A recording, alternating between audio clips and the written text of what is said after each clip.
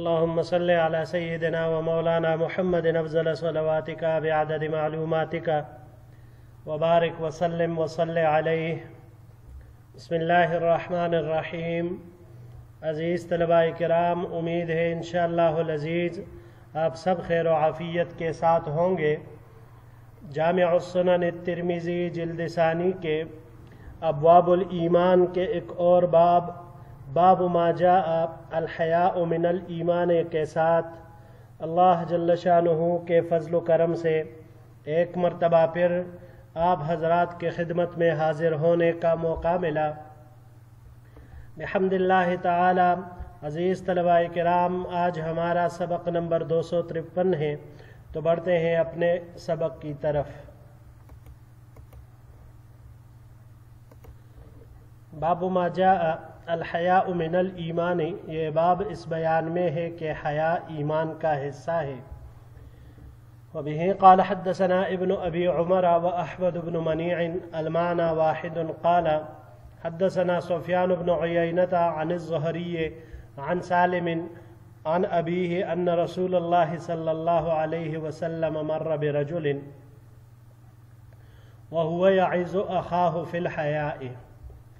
ہمیں روایت کی ابن ابو عمر اور احمد بن منیع نے ایک ہی طرح.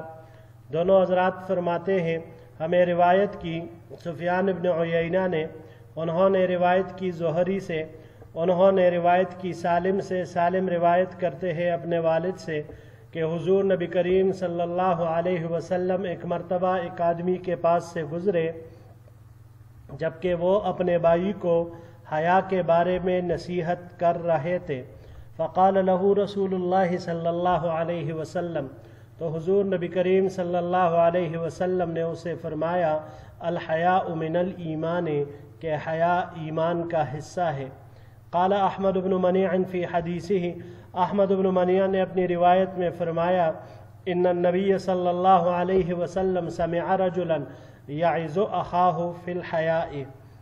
احمد بن منیع کی روایت میں ہے کہ حضور نبی کریم صلی اللہ علیہ وسلم نے ایک آدمی کو سنا کہ وہ اپنے بھائی کو، اپنے مسلمان بھائی کو حیا کے بارے میں نصیحت کر رہے تھے، واعظ کر رہے تھے. ھذا حدیث حسن صحیح، یہ حدیث حسن صحیح ہے. وفی الباب عن ابی ہریرہ رضی اللہ تعالی عنہ، اس باب میں حضرت ابو ہریرہ رضی اللہ تعالی عنہ سے روایت مروی ہے. جی عزیز طلباء کرام، حیا ایمان کا حصہ اور ایک اہم شعبہ ہے. تو سب سے پہلے ہم جانتے ہیں کہ حیا کسے کہتے ہیں اور اس کی قسمیں کتنی ہیں. لغوی اعتبار سے حیا وہ تبدیلی اور انکساری جو انسان کے دل میں ملامت کے خوف سے یا سزا کے ڈر سے پیدا ہوتی ہے. اصطلاح میں حیا وہ فطری صفت ہے جو انسان کو طبعی طور پر ممنوع چیزوں سے رکنے پر آمادہ کرتی ہے، اور انسان کو اس بات کے اوپر آمادہ کرتی ہے کہ وہ اپنے حقوق اور فرائض کو بروقت پورے طریقے سے ادا کرے. یہ حیا ہے اصطلاح میں. پھر عزیز طلباء کرام، حیا کی 4 قسمیں ہیں: حیا شرعی، حیا عقلی، حیا عرفی اور حیا طبعی. یہ 4 طرح کی حیا ہے. پہلی حیا شرعی، وہ حیا کہ جس کا سبب کوئی امر شرعی ہو، اور اگر وہاں پر انسان حیا نہ کرے تو اس صورت میں شرعاً وہ شخص ملامت کا مستحق قرار پاتا ہے. دوسرے نمبر پر حیا عقلی، یہ وہ حیا ہے جس کا سبب کوئی امر عقلی ہو، کہ عقل اسے اس کام سے دور رہنے، اس کو چھوڑنے اور اسی طرح اس کے بارے میں تنبیہ کرتی ہو، تو اس کے کرنے والے کا پھر کر گزرنے کے بعد ملامت ہونا عقلاً، یہ عقلاً ملامتی کا مستحق قرار پاتا ہے. تیسرے نمبر پر حیا عرفی، وہ چیزیں جو عرف میں ناپسندیدہ اور قبیح ہوں. اور چوتھے نمبر پر حیا طبعی، کہ ایسی چیزیں جن سے طبعی طور پر انسان کو انقباض سا ہو جائے اور وہ اس کو چھوڑ دے. تو یاد رکھیے گا عزیز طلباء کرام، شریعت کے نگاہ سے اگر ہم اس کو لیں تو پھر اصل مقصود حیا شرعی ہے.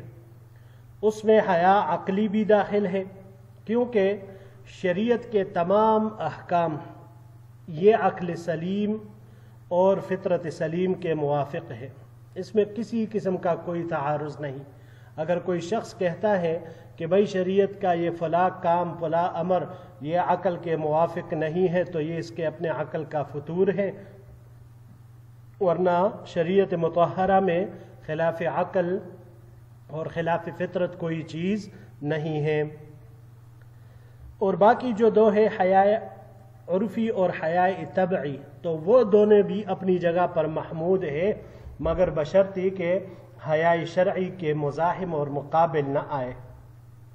اگر حیا عرفی اور حیا طبعی حیا شرعی کے مقابل آ جائے، مزاحم آ جائے، تو پھر ان مؤخر الذکر دونوں حیاؤں کو چھوڑنا پڑے گا، ترک کیا جائے گا، یعنی حیا عرفی اور حیا طبعی کو. لیکن حیا شرعی اس کو کسی بھی صورت میں نہیں چھوڑا جائے گا.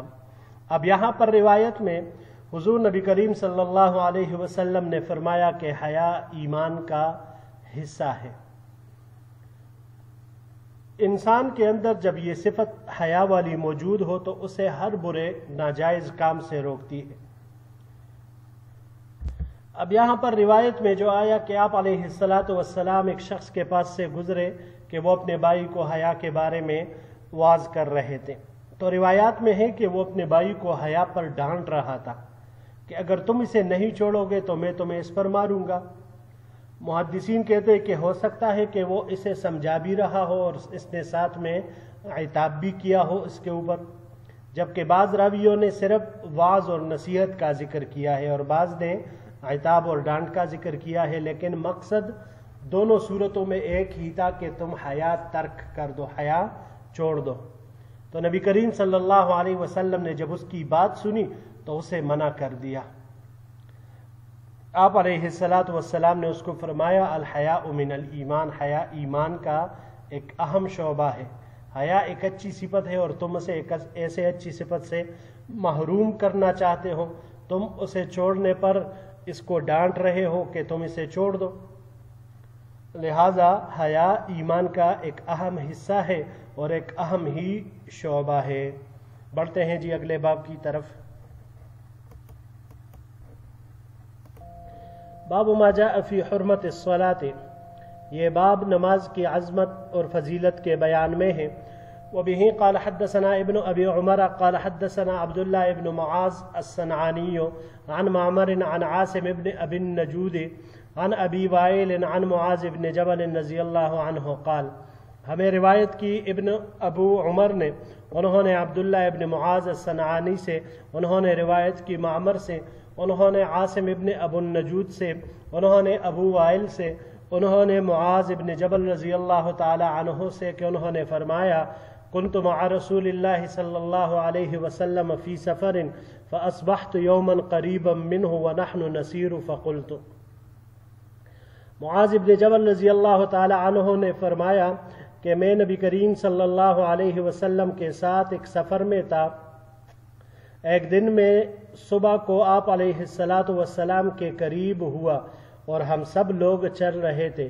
فقلت یا رسول اللہ صلی اللہ علیہ وسلم اخبرنی بعمل یدخلنی الجنہ ویباعدنی عن النار. میں نے عرض کیا اے اللہ کے رسول صلی اللہ علیہ وسلم، مجھے ایسا عمل بتا دیجئے جو مجھے جنت میں داخل کر دے اور دوزخ سے مجھے دور کر دے. قال لقد سألتنی عن عظیم وإنه لیسیر علی من یسرہ اللہ علیہ. آپ علیہ السلام نے جواب میں فرمایا کہ حقیقت یہ ہے کہ تم نے ایک بہت بڑی چیز کا پوچھا ہے اور یہ اس شخص کے لیے نہایت آسان ہے جس پر اللہ تعالیٰ آسان کر دے.